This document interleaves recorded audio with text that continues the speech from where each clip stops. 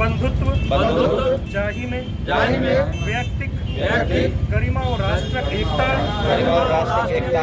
और अखंडता सुनिश्चित हो। और संविधान की जो मूल अवधारणा है जिसके बारे में हमने अभी चर्चा की और उसको पढ़ा भी, सभी लोगों ने एक साथ पढ़ा है, उसमें सामाजिक समरसता की बात, सामाजिक समरसता में बाबा साहब का जो योगदान है उससे बड़ा कोई योगदान नहीं। संविधान दिवस के अवसर पर माननीय जिला पदाधिकारी द्वारा बाबा साहब डॉक्टर भीमराव अंबेडकर के प्रतिमा स्थल पर माल्यार्पण किया गया।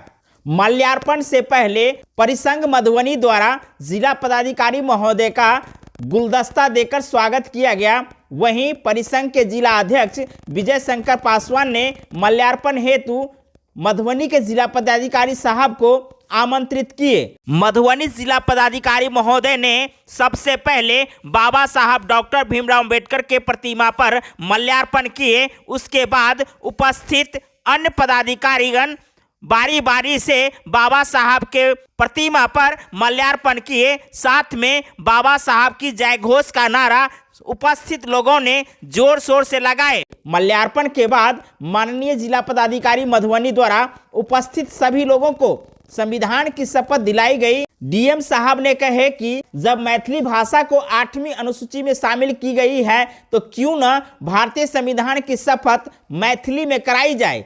और इसके बाद सभी उपस्थित लोगों ने मैथिली भाषा में संविधान की शपथ लिए। प्रभुत्व संपन्न समाजवादी पंथ निरपेक्ष लोकतंत्रात्मक गणराज्य बनियावाक लेल को ओकर समस्त नागरिक लेल न्याय सामाजिक आर्थिक और राजनीतिक स्वतंत्रता विचारक अभिव्यक्ति विश्वास समानता प्रतिष्ठा आस्था आराधना अवसरक तथा समय बंधुत्व जाहि में व्यक्तिक गरिमा और राष्ट्रीय एकता और अखंडता सुनिश्चित हो। दृढ़ संकल्प है अपन यही संविधान सभा में आई तिथि 26 नवंबर 1949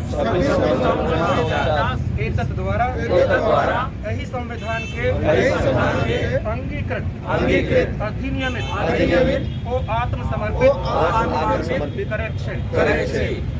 जय बिहार, जय मिथिला। संविधान दिवस की सभी को शुभकामनाएं।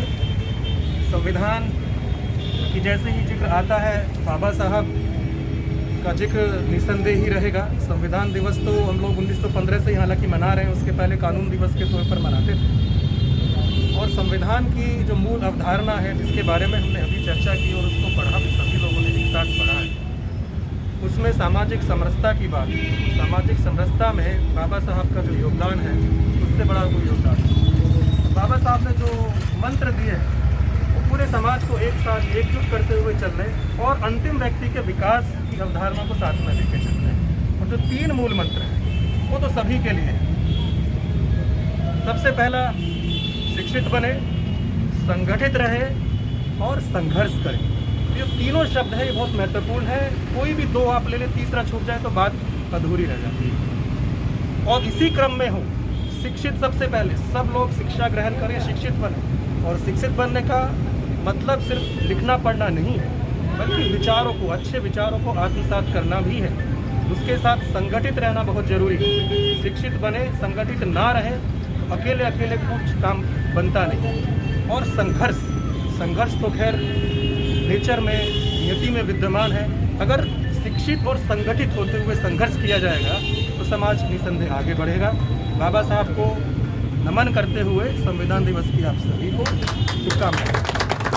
संविधान की शपथ दिलाने के बाद डीएम साहब ने बाबा साहब के बताए गए रास्ते पर चलने की बात कहे और बाबा साहब द्वारा दी गई जो 3 मूल मंत्र है उसके संदर्भ में बारीकी से समझाए कि समाज और देश के लिए बाबा साहब द्वारा दी गई मूल मंत्र किस प्रकार से उपयोगी साबित हो सकती है।